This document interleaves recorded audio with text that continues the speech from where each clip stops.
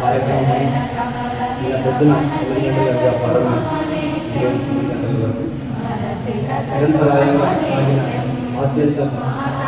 పరమ పవిత్ర కార్తీక గురుగా సంకల్పించిన కార్యక్రమం కుటుంబమైన సందర్భంగా మరొకసారి గురుగంటని వారిని మనం జన్మాంతం మనం నిలబడుతామని దాని కార్యక్రమాన్ని